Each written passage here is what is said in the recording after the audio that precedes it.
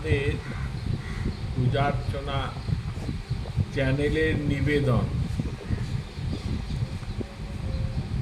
অমাবস্যা দয়ং যস্য রবি সংক্রান্তি বর্জিত মলমাস সবিজ্ঞেয় বিষ্ণু সপীতি কর্কটে।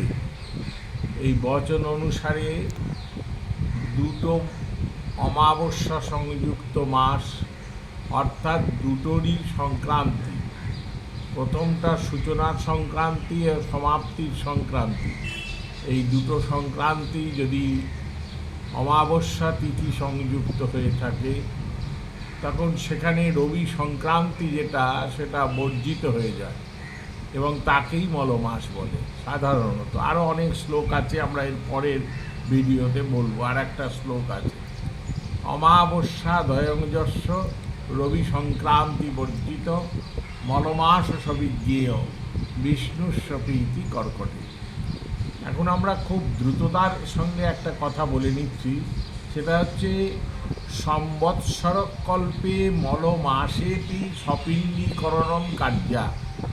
অর্থাৎ সপিণ্ডীকরণ, শ্রাদ্ধের পরে এই যে 14টা মাসিক শ্রাদ্ধ করার পর যে সপিণ্ডীকরণ করা হয়, এই সপিণ্ডীকরণ সাধারণত দ্বাদশ মাসিকের যে তিথি, সেই দ্বাদশ মাসিকের তিথিতেই সপিণ্ডীকরণ করা হয়।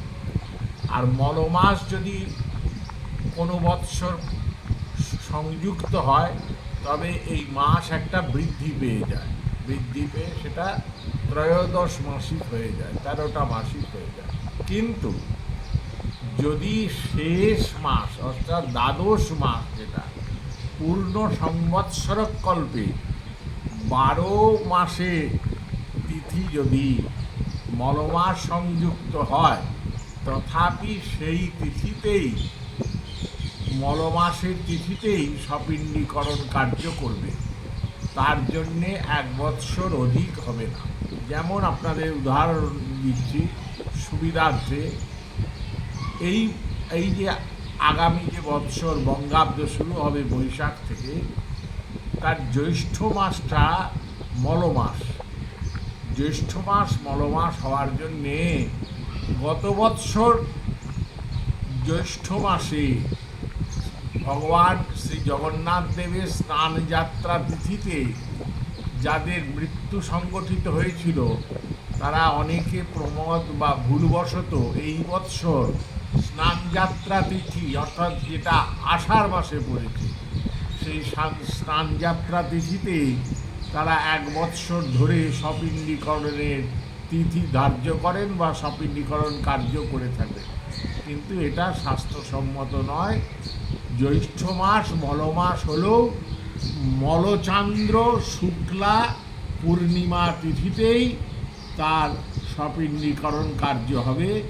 এইরকমই রঘুনন্দন মহোদয় তার বিধিতে, শ্রাদ্ধতত্ত্বে, শুদ্ধিতত্ত্বে, প্রায়শ্চিত্ত তত্ত্বে, মলমাস তত্ত্বে তিনি বিস্তৃতভাবে এগুলো বলেছেন।